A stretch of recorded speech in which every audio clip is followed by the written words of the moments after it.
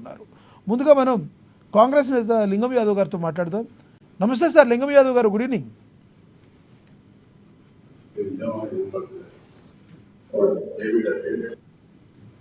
లింగం యాదవ్ గారు, లింగం యాదవ్ గారు, ఇరు రాష్ట్ర ముఖ్యమంత్రులు 6వ తారీఖున భేటీ అయ్యే అవకాశం ఉంది. రెండు తెలుగు రాష్ట్రాల విస్తృత ప్రయోజనాలని ముఖ్యంగా లక్ష్యంగా పెట్టుకుని రెండు రాష్ట్ర ముఖ్యమంత్రులు భేటీ అయ్యే అవకాశం ఉందంటారు. ఎందుకంటే రేవంత్ గారి దగ్గర నుంచి ఇప్పటికీ రాకపోయినప్పటికీ పరోక్షంగా రేవంత్ గారు కూడా ఓకే చెప్తున్నట్లుగా మనకు వస్తున్న తాజా సమాచారం. దీని గురించి మీరేమంటారు? ముందుగా గుడ్ ఈవినింగ్ అండి మీకు, కో-పానలిస్టులు అందరికీ.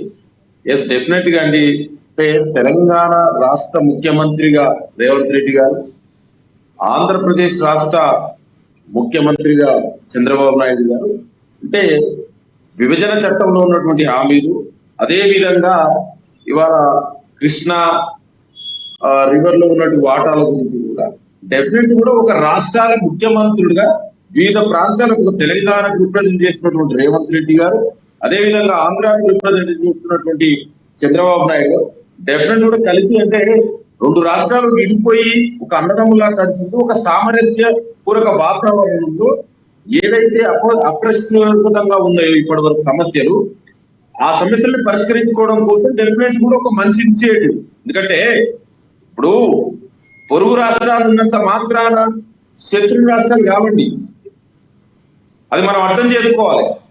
ఇప్పుడు బార్డర్ షేర్ చేసుకున్నంత మాత్రంలో శత్రు రాష్ట్రాలు కావు. డెఫినెట్ కూడా ఏవైతే ఇప్పటి వరకు పరిష్కారం కానటువంటి సమస్యలు అన్నింటినీ కూడా ఒక మంచి వాతావరణం ద్వారా, ఒక చర్చల ద్వారా సామరస్యపూర్వకంగా పరిష్కరించుకోవడం కోసం ఇది జరుగుతుంది. డెఫినెట్ గా చూద్దాం. ఇప్పటి వరకు లింగం యాదవ్ గారు అనుకున్నంత ఈజీ అంటారా ఇదంతా కూడా? ఎందుకంటే రేపు జల విషయంలో కానీ విద్యుత్ విషయంలో కానీ అనేక సమస్యలు ఉత్పన్నం అవకాశం ఉంటుంది. ఒక్కొక్కసారి అటువైపు వాళ్ళు తగ్గాల్సి ఉంటుంది, ఒక్కొక్కసారి ఇటువైపు వాళ్ళు తగ్గాల్సిన అవసరం ఉంటుంది. ఇలాంటి పరిస్థితుల నేపథ్యంలో ప్రతిపక్ష పార్టీలుగా ఉన్న వాళ్ళు దీన్ని ఒక అస్త్రంగా మలుచుకుంటే మీ ప్రభుత్వానికి అది ఇబ్బంది కాదంటారా? నేను అదే అండి, ఇప్పుడు మనం అందరం కూడా అంటే ఇప్పుడు ఆంధ్ర అయినా తెలంగాణ పార్ట్ ఆఫ్ ఇండియా, అంటే ఇండియా ఇస్ యూనియన్ దాంట్లో ఉన్నాం ఈ భారతదేశంలో. అయితే ఇప్పుడు శత్రు రాష్ట్రం పక్క రాష్ట్రం ఉన్నంత మాత్రమే శత్రువుగా చూడవలసిన అవసరం లేదు అంటున్నా. డెఫినెట్ కూడా ఏ ప్రాంత ఇవాళ ముఖ్యమంత్రి రేవంత్ రెడ్డి గారు తెలంగాణకు రావాల్సినటువంటి సమస్య ఇప్పుడు ఏవైతే ఉన్నాయో దాని గురించి పరిష్కరించుకోవడం కోసం ఒక చర్చించడం తప్పలేదు కండి. గతంలో 10 ఏళ్ళుగా కేసీఆర్ ముఖ్యమంత్రి ఉండి జగన్ తోటి ఎన్నిసార్లు అండి, జగన్ తోటి కలిసి అప్పుడు ఉన్నటువంటి ఆంధ్రప్రదేశ్ ముఖ్యమంత్రి జగన్ తోటి కలిసాడు. అదేవిధంగా రోజా గారు ఆనాడు మంత్రిగా ఉన్నటువంటి రోజా గారి ఇంటికి ఆంధ్రతోటి బేసిన్ లేవు, బేసిజాలు లేవు అని చెప్పినటువంటి వ్యక్తి వాళ్ళు ఏదో కేసీఆర్ ఏదో మళ్ళీ ఏదో భావోద్వేగాలు రాజకీయాలు ఏదో మాట్లాడాలనుకుంటే అవి ఏమిటంటే డెఫినెట్ కూడా ఇందులో తెలంగాణ ప్రాంత ప్రయోజనాల కోసం కదా. ఇవాళ వాళ్ళు తెలంగాణ కోసం ఒక ముఖ్యమంత్రి హోదాలో కలుస్తున్నాడు. అక్కడ ఉన్నటువంటి చంద్రబాబు నాయుడు ఒక ఆంధ్ర ముఖ్యమంత్రి హోదాను కలుపుతుండు. డెఫినెట్ కూడా పరిస్థితి చర్చల ద్వారా ఏదైనా ప్రజాస్వామ్యంలో చర్చల ద్వారా. లింగం యాదవ్ గారు, ఇక్కడ చిన్న సన్నటి ఒక లైన్ గీత అడ్డు వస్తుంది ఎక్కడికంటే, అంటే చంద్రబాబు నాయుడు గారికి శిష్యుడిగా, అంటే ఆ మాటనంటే రేవంత్ రెడ్డి గారికి కోపం వచ్చింది గతంలో. నేను ఎందుకు శిష్యుడిని అవుతాను, నేను టీడీపీ పార్టీలో అప్పుడులో ఉన్నాను, ఎప్పుడైతే విడిపోయిందో ఆంధ్రప్రదేశ్ తెలంగాణ రాష్ట్రం విడిపోయిందో గౌరవప్రదంగా నేను వచ్చాను రాష్ట్రం నుంచి, టీడీపీలో నుంచి బయటికి అని చెప్పడం జరిగింది. కానీ అందరూ కూడా ఇప్పటికి బయట ఎలా పరిగణిస్తారంటే చంద్రబాబు అదేవిధంగా రేవంత్ గురు శిష్యుల సంబంధంగా పరిగణిస్తున్నట్లుగా మాట్లాడుతున్నారు. సోషల్ మీడియాలో అదేవిధంగా మాట్లాడుతూ ఉంటారు. ఈ యొక్క మంచి సంబంధం ఏదన్నా రేపొద్దున ఈ రెండు రాష్ట్రాలకి కొన్ని నీలాప నిందలు మోసే అవకాశం ఏమైనా ఉందంటారా రేవంత్ రెడ్డి గారు? అదే అండి, ఇప్పుడు డెఫినెట్ గా మీరు అన్నట్టు కొంత బీఆర్ఎస్ నాయకులు మిగతా వాళ్ళు కొంతమంది అట్లా మాట్లాడుతుంటే అవివేకులు అట్లా మాట్లాడుతారు. ఆ విధంగా చూస్తే మరి కేసీఆర్ చంద్రబాబు నాయుడు ఇద్దరు కూడా కాంగ్రెస్ నుంచి వచ్చినోళ్ళే కదా, మరి మేము ఆ విధంగా మాట్లాడతాం. ఇవాళ వాళ్ళు అదే చెప్తున్నారు, గతంలో వాళ్ళు పనిచేసి ఉండొచ్చు.